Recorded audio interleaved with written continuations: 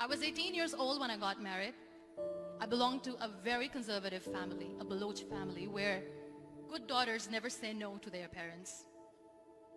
My father wanted me to get married, and all I said was, if that makes you happy, I'll say yes. And of course, it was never a happy marriage. Just about after 2 years of getting married, about 9 years ago, I met a car accident. Somehow my husband fell asleep and the car fell in the ditch.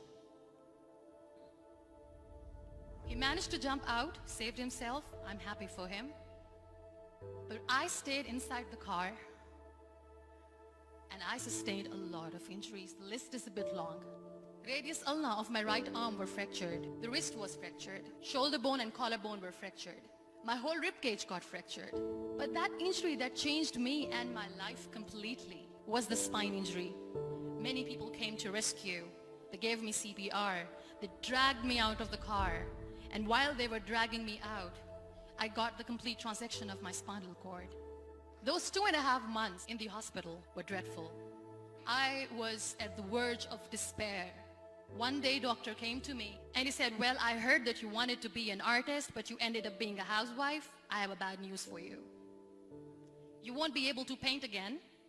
Next day doctor came to me and said, your spine injury is so bad, you won't be able to walk again. I took a deep breath and I said, it's all right.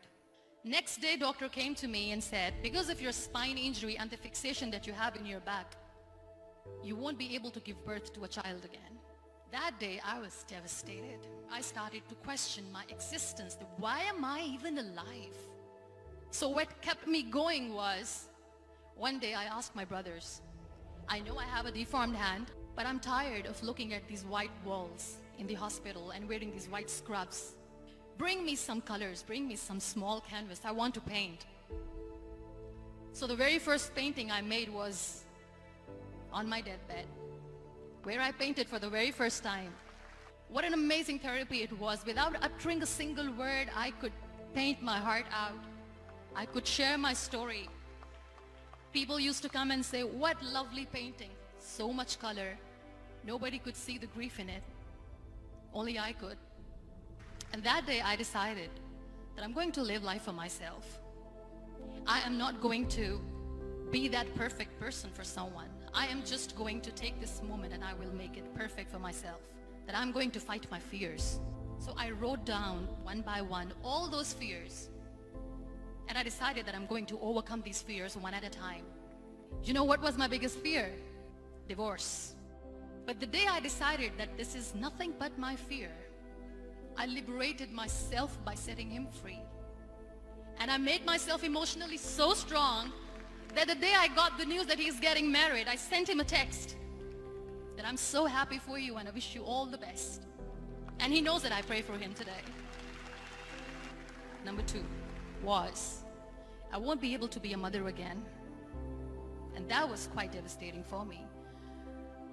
But then I realized there are so many children in the world, all they want is acceptance.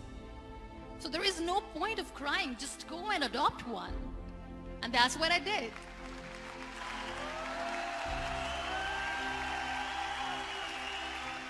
I gave my name in different organizations, different orphanages, and I waited patiently.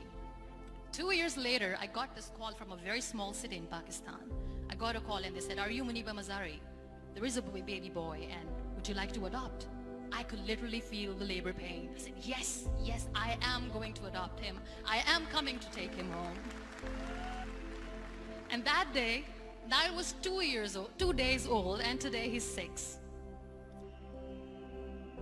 You know, when you end up being on the wheelchair, what's the most painful thing? People think that they will not be accepted by the people because we, in the world of perfect people, are imperfects. So I decided to appear more in public. I started to paint. I have done a lot of modeling campaigns. I decided that I'm going to join the national TV of Pakistan as an anchor person. I became the National Goodwill Ambassador for UN Women Pakistan, and now I speak for the rights of women, children. I was featured in BBC 100 Women for 2015. I'm one of the Forbes 30 under 30 for 2016. So when you accept yourself the way you are, the world recognizes you. It all starts from within. We have this amazing fantasy about life. This is how things should work. This is my plan. It should go as per my plan. If that doesn't happen, we give up. I never wanted to be on the wheelchair. Never thought of being on the wheelchair. This life is a test and a trial, and tests are never supposed to be easy. So when you're expecting ease from life, and life gives you lemons, then you make the lemonade, and then do not blame life for that. It is okay to be scared. It is okay to cry. Everything is okay, but giving up should not be an option. They always say that failure is not an option. Failure should be an option, because when you fail, you get up, and then you fail, and then you get up, and that keeps you going. Embrace each and every breath that you are taking. Celebrate your life. Live it. Don't die before your death. Real happiness lies in gratitude. So be grateful, be alive, and live every moment.